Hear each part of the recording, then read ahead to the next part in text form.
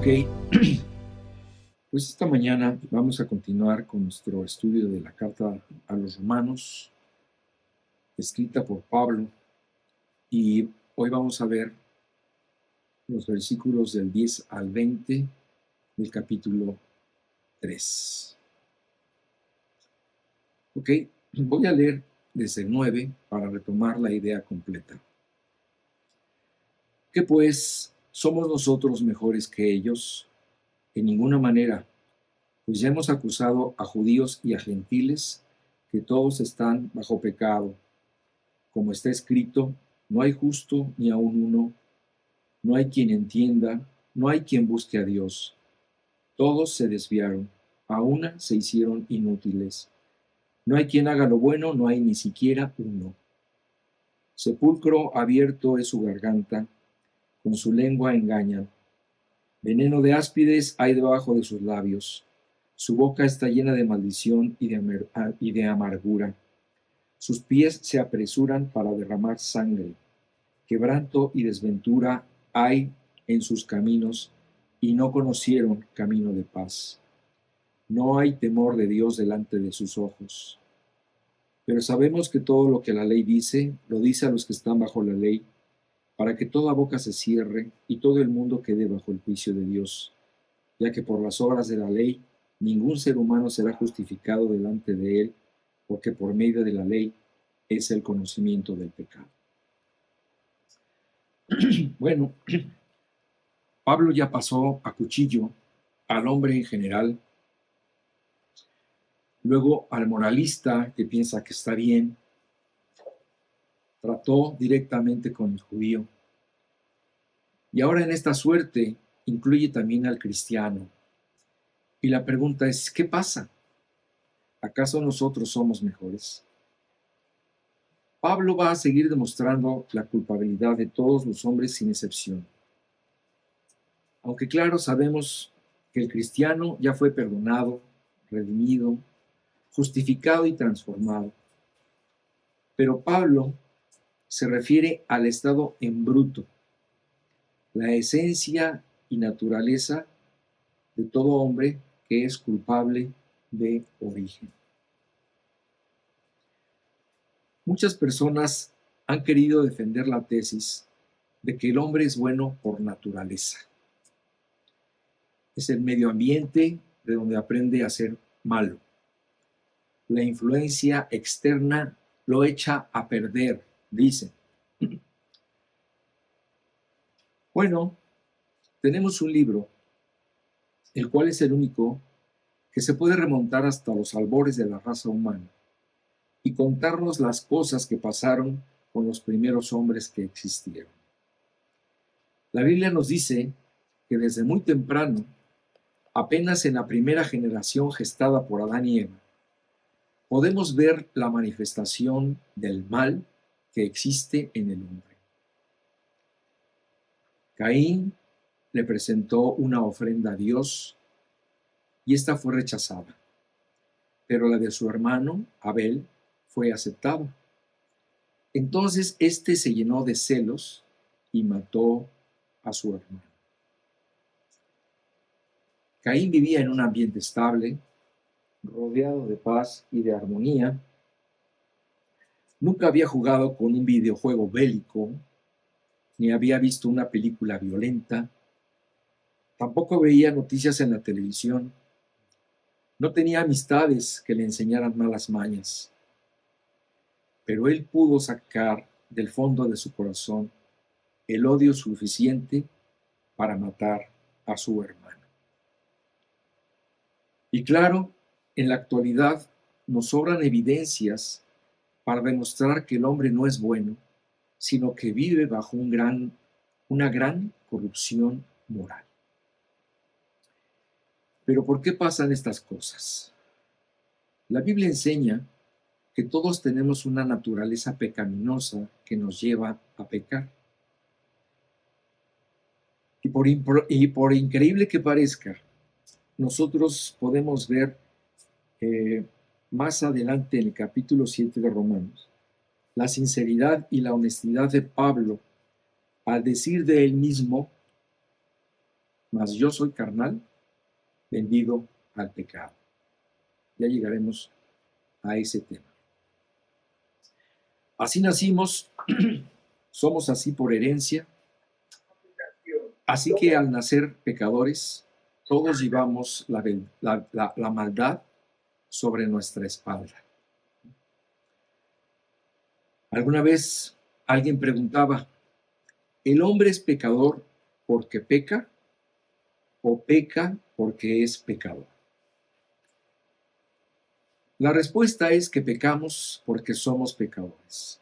Es decir, cuando pecamos, estamos manifestando lo que somos. Así que somos pecadores haciendo pecados. Esto es lo que nos dio nuestro nacimiento natural, nuestro nacimiento físico. De tal forma que estamos obligados a nacer nuevamente, ya no carnalmente, sino espiritualmente. Ya no para heredar el pecado, sino para obtener el perdón del mismo. Y para obtener vida nueva. Para ya no ser hijos de ira, sino ser hijos de Dios. Así lo dijo Jesús en Juan 1, versículos 12 y 13. Mas a todos los que le recibieron, a los que creen en su nombre, les dio potestad de ser hechos hijos de Dios, los cuales no son engendrados de sangre, ni de voluntad de carne, ni de voluntad de varón, sino de Dios. Pablo comienza a explicar el por qué el hombre se comporta así. Aunque básicamente, como les dije, entendemos que el hombre solo refleja lo que es al actuar como actúa. Comencemos pues con esta delatora lista de acusaciones. Y lo primero que dice el versículo es como está escrito. Es decir, no es la opinión de Pablo la base de su argumentación, ni tampoco su sabiduría humana, sino es la misma palabra de Dios que va a seguir dando un diagnóstico preciso de la condición de todos los seres humanos. Para esto, Pablo tomará varias verdades dispersadas en el Antiguo Testamento para respaldar su dicho. Y comienza diciendo, no hay justo. Aquí Pablo se está refiriendo al Salmo 14 y nos dice claramente que no hay un solo hombre justo. No hay quien nazca en esta condición, ni nadie que lo pueda lograr por sí mismo. Nunca será justo por lo que es, ni por lo que pueda hacer. Claro, Pablo ni nadie puede negar que no hay conductas humanas que sean justas o apegadas a la verdad. Es decir, esto es una evidencia. Sí las hay. De pronto vemos a los hombres actuando bien. Pero aquí Pablo se está remitiendo a la esencia del hombre, a la condición natural del corazón humano. Y es que aquí hay un problema. El problema es que Dios solo puede relacionarse con personas igualmente justas que Él, algo que el hombre por sí mismo no puede lograr. Por eso, más adelante, será tema de Pablo explicar que el hombre solo puede relacionarse con Dios por medio de Cristo Jesús, entendiendo desde luego que Él fue el único ser que fue justo tanto en esencia como en acción. El único que ha cumplido con el estándar divino de justicia total y por esta razón solo Él puede presentar al hombre como justo delante de Dios. Y para que nadie pueda escapar de la acusación de Pablo, este reitera: no hay ni aún uno. No hay ni un solo hombre justo en la tierra, y no hay excepciones. En la calidad de injusto está todo ser humano. Y dice el siguiente versículo, el 11: no hay quien entienda, no hay quien busque a Dios. El hombre no nace con un entendimiento de las cosas. Por eso esta expresión, no hay quien entienda, respalda la idea de que el hombre debe ser instruido, porque no es por intuición, por buena voluntad, por sinceridad o por iniciativas personales que el hombre pueda entender quién es Dios y lo que quiere. Porque el hombre, de por sí, nos dice Pablo en el libro de Efesios, tiene el entendimiento entenebrecido. Dice así en Efesios 4:18: teniendo el entendimiento entenebrecido, esta es la condición humana, ajenos de la vida de Dios, por la ignorancia que en ellos hay, por la dureza de su corazón. Además de que la dureza de su corazón provoca que su entendimiento no funcione, existe otro problema en el hombre natural: que las formas de Dios, los métodos de Dios, el pensamiento de Dios le parecen al hombre natural una locura. Y entonces vemos cómo es necesaria la intervención del Espíritu Santo para que pueda iluminar su entendimiento y pueda apreciar la provisión gratuita que Dios le da. Dice en 1 Corintios 2:14: porque el hombre natural, el hombre bruto en esencia, ¿verdad?, no percibe las cosas que son del Espíritu de Dios, porque para él son locura y no las puede entender, porque se han de discernir espiritualmente. Ciertamente, hemos visto que al hombre se le ha dado una evidencia de la existencia de Dios por medio de su creación, se le ha grabado una ley en su corazón y se le ha puesto una conciencia. A esto se le suma que se le ha dotado de una inteligencia para que use las evidencias anteriores y de esta forma pueda buscar a Dios, porque solo Él lo puede ayudar a salir de su falta de entendimiento. Pero sigue diciendo Pablo, no hay quien busque a Dios. La razón de esta conducta se puede explicar como una consecuencia de la indiferencia o de la ignorancia del hombre. De indiferencia porque al estar tan metido en los quehaceres y distracciones de este mundo, le cuesta mucho trabajo lo espiritual. Todas las cosas que se le presentan son para satisfacer los reclamos de su parte material. Sin embargo, Jesús explicó que el hombre no solo es cuerpo, sino que también es espíritu. Y siendo dos partes de las que estamos hechos, a las dos partes deberíamos atender por igual. Esta es la sentencia que Jesús dijo en Lucas 4:4. Jesús respondiendo le dijo: escrito está, no solo de pan vivirá el hombre, sino de toda palabra de Dios.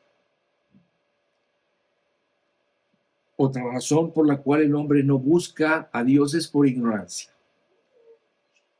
En este rubro entran aquellos que son conscientes de su parte espiritual, pero tratan de llenarla con diversas cosas tan variadas que pueden ir desde las drogas, filosofías orientales, religiones, meditaciones, prácticas esotéricas. Bueno, la lista es infinita.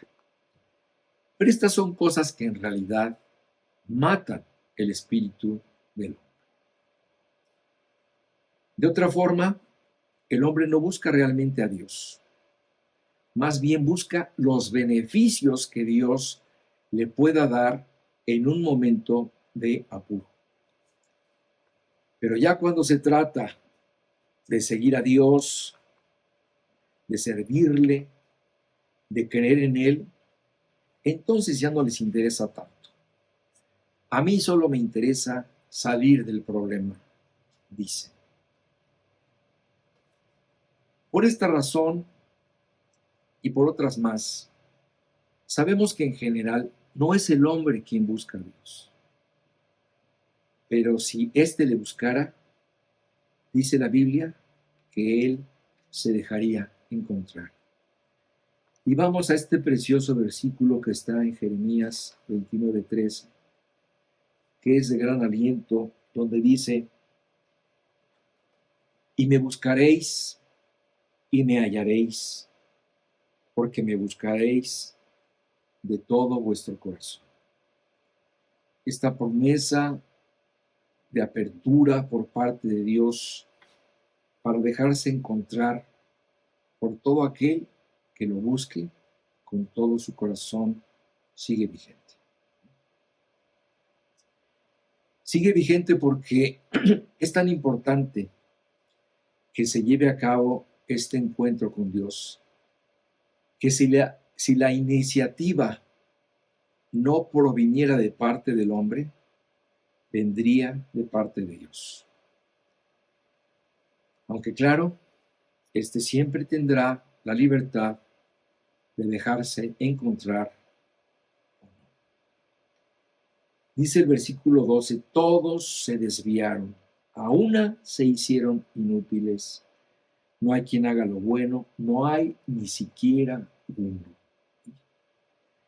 Estas tres palabras, cuando dice Pablo que todos se desviaron, encierran una escena trágica, que es el hecho de que Dios le diga al hombre que ha equivocado el camino.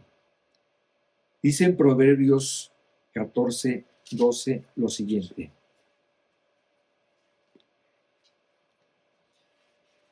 hay camino que al hombre le parece derecho, pero su fin es camino de muerte.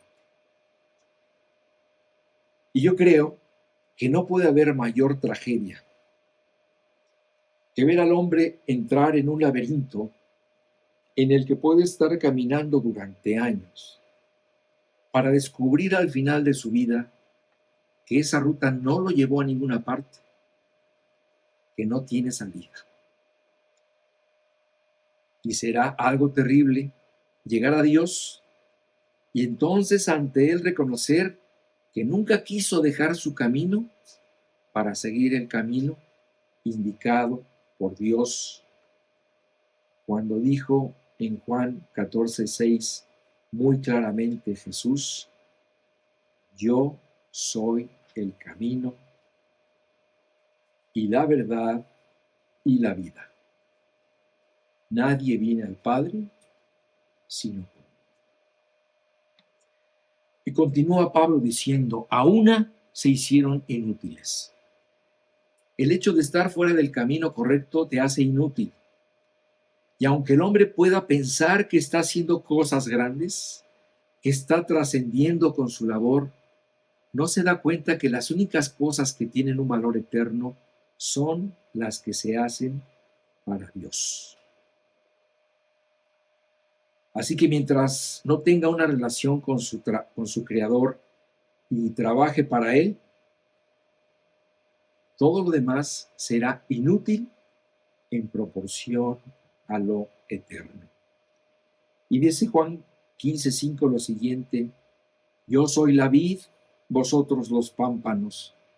El que permanece en mí y yo en él, éste lleva mucho fruto, porque separados de mí, nada, nada de valor eterno podéis hacer. Un engrane es útil cuando se le coloca en el sistema de una máquina, pero suelto no sirve para nada, si acaso para pisapapel. De la misma forma, Dios nos llama a ser parte de su cuerpo, a ser parte de su iglesia, que sirve y camina para Dios, que es una aliada de Él para cumplir sus propósitos y ganar victorias. Así que hasta que no formemos parte de su cuerpo, todo lo que hagamos podrá ser útil para los hombres, pero no para Dios. No hay quien haga lo bueno, no hay ni siquiera uno. Con esta expresión se le está acusando al hombre por no hacer lo moralmente correcto. Y antes de continuar con la lista, pues es prudente aclarar que el hombre puede hacer cosas buenas, como les decía. Puede ser recto, honesto dentro de un contexto entre humanos en el cual él puede destacar de entre los demás. Y esto pues, le puede llenar de orgullo y presunción. Pero como todo esto es relativo, lo que Dios hace no es comparar la vida de unos con otros. Él lleva el estándar de su exigencia mucho más alto.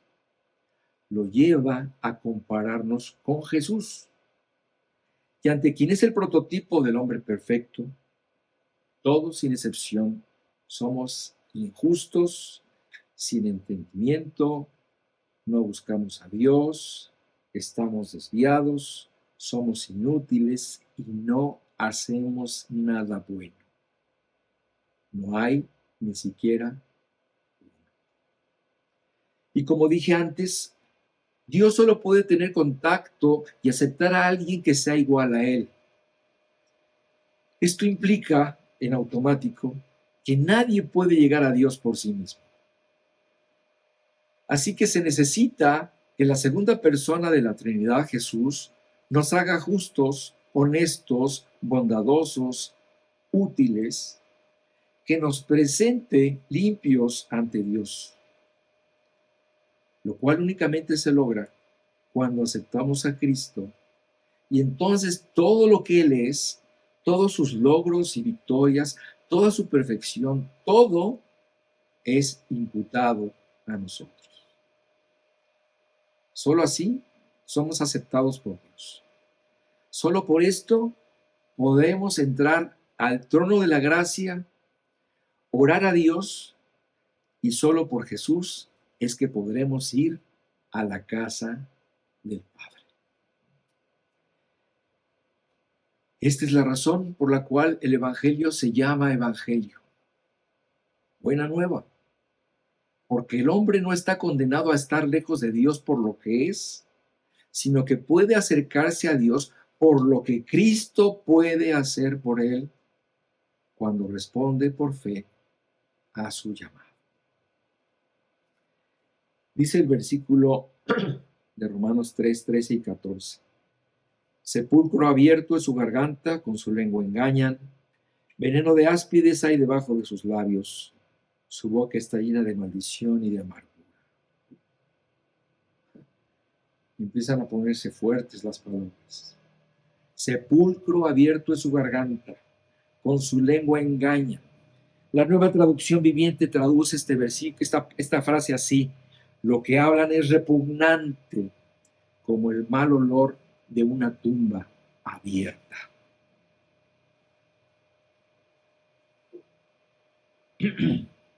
Bueno, yo no sé si alguna vez has olido un cuerpo en descomposición.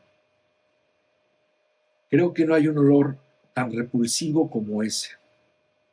Es prácticamente intolerable. Así que la comparación es igualmente fuerte.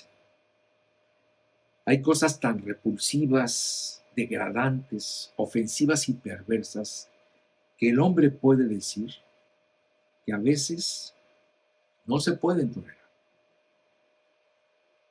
Pero además de todo lo malo que son en sí mismas, tienen el objetivo de engañar, de engatusar a quien se deje. lo que convierte doblemente perversa su boca viperina. Y en este sentido va la siguiente expresión. Veneno de áspides hay debajo de sus labios, su boca está llena de maldición y de amargura. El áspid es una clase de víbora a la que no se le ven los colmillos porque permanecen replegados en la mandíbula superior hasta que muerden. En ese momento, los colmillos se extienden y al hacerlo, aprietan el saco que contiene el veneno que inyectan. Y bueno, cuando Pablo explica que la boca de alguien está llena de maldición y de amargura, y compara el dicho de alguien con el veneno de una de las víboras más peligrosas del mundo, pues está tratando de resaltar lo malo y dañino que pueden ser la palabra en sus versiones de chisme, intriga, engaño, mentira o en cualquiera de sus malas presentaciones. Por eso, de ella, el apóstol Santiago nos dice que puede salir un mundo de maldad. Dice así en Santiago 3, 6 y 10. Y la lengua es un fuego, un mundo de maldad. La lengua está puesta entre nuestros miembros y contamina todo el cuerpo e inflama la rueda de la creación y ella misma es inflamada por el infierno.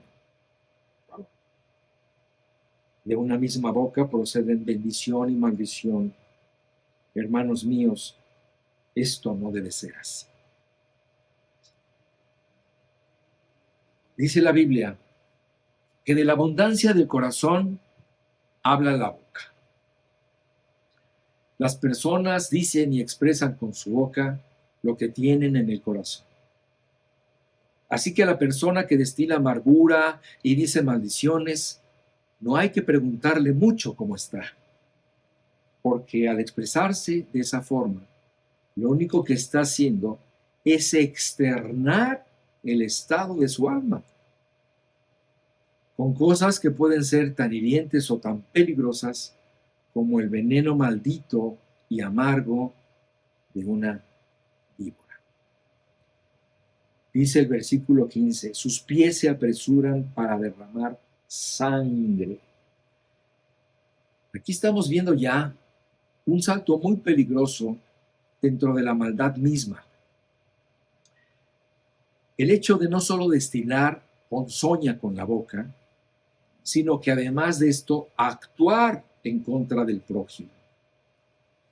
Y entonces ya estamos viendo el desarrollo de un proceso que desgraciadamente vemos todos los días y en todas partes. La concepción de la maldad en el corazón, su expresión verbal y su consumación física. Lo que viene siendo uno de los extremos del odio y de la perversión humana, que es el hecho de apresurarse para herir a una persona físicamente o arrebatarle la vida. Dice el versículo 16 y 17, quebranto y desventura hay en sus caminos y no conocieron camino de paz. Quebranto y desventura. Esta es la característica de las personas que se han degradado tanto y en las que vemos una constante en sus vidas de destrucción, sufrimiento y falta de paz. Muchos ejemplos existen acerca de la brutalidad humana. No solo los eventos trágicos plasmados en los libros de historia, sino los actos mismos de violencia que vivimos en México casi todos los días, de los cuales pues no podemos estar exentos de conocer que son parte de nuestra dieta diaria, ¿verdad? Y que desgraciadamente nos vamos acostumbrando a escuchar.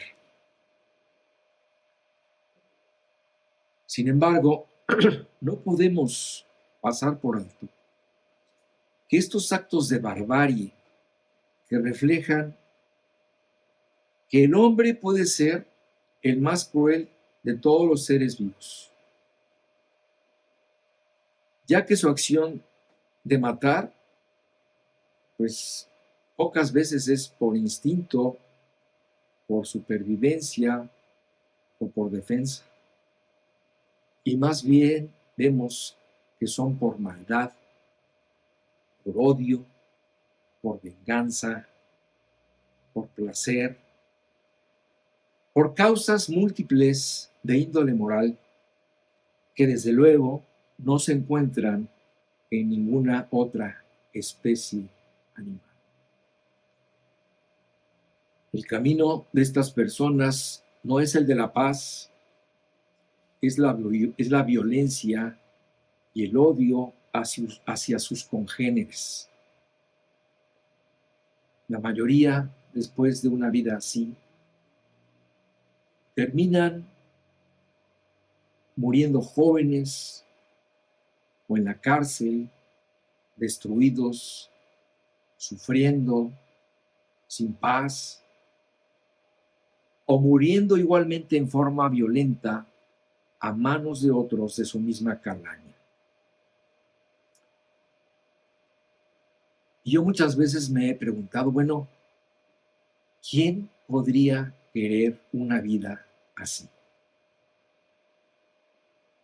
Parece increíble, pero la realidad es que muchos optan por tomarla y hacerla su forma de vivir. Y es aquí cuando vemos esta complejidad en la mente y en las decisiones humanas, que de pronto vemos cómo la realidad empieza a rebasar nuestra imaginación y todos podemos llegar a ser testigos de la desventura en la que viven muchas personas. Dice el versículo 18, no hay temor de Dios delante de sus ojos. Wow, es que esta lista es como para dar escalofríos, ¿no? Todas las conductas que Pablo ha mencionado antes tienen su origen en aquellos que han excluido a Dios de sus vidas, en las que no les interesa lo que Él dice, en los que no lo quieren obedecer, en aquellos que no le temen a Dios. La falta de temor es como la hipertensión arterial, a la que le llaman la muerte silenciosa, porque a menudo no presenta síntomas evidentes. Esto provoca que como no se detecta, no se atienda, pero seguirá avanzando en silencio. Lo más grave es cuando se manifiesta en un infarto, un daño renal o un evento cerebrovascular, pero para entonces puede ser muy tarde. La gente vive sus vidas al igual que nosotros, estudian, trabajan, se casan, conviven con nosotros todos los días y nadie ve nada distinto en ellos. Pero en el fondo pueden estar contaminados con la maldad, la soberbia, la indiferencia y el ateísmo. Y estas cosas, sin saberlo, están desarrollando una falta de temor a Dios. Una falta de temor a Dios que se puede manifestar cuando se le reta, cuando se le irrespeta, cuando se le blasfema. Y esto puede tener muchas consecuencias en vida terrena y en vida eterna. Sobre todo en el Antiguo Testamento, nosotros encontramos historias en las que Dios reprendió con castigo la falta de temor a Dios en formas muy severas. Podemos ver el diluvio, las plagas de Egipto, el castigo de Sodoma y Gomorra, etc. En nuestra vida cotidiana, tener temor nos protege de hacer muchas tonterías. No tenerlo nos puede convertir en temerarios con los años recortados. Pero en cuestiones espirituales, no temer a Dios aumenta la posibilidad de morir lejos de Dios.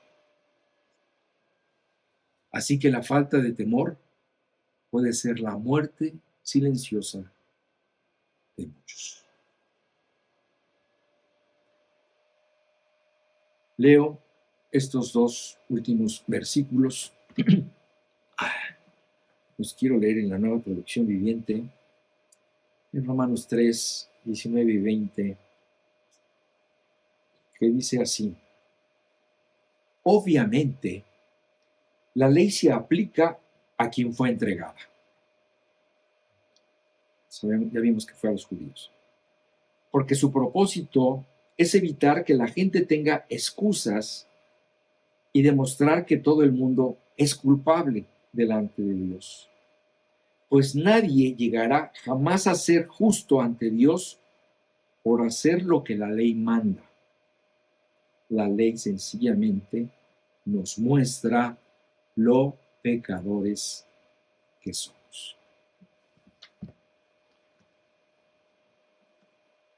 A través de toda su exposición, Pablo ha puesto en el mismo común denominador a todos los hombres, absolutamente a todos. Yo creo que no hay ninguna persona que se pueda escapar de su lista. Todos, absolutamente todos los seres humanos somos culpables. Nadie puede salir limpio de estas acusaciones. Y por lo mismo, la conclusión es obvia.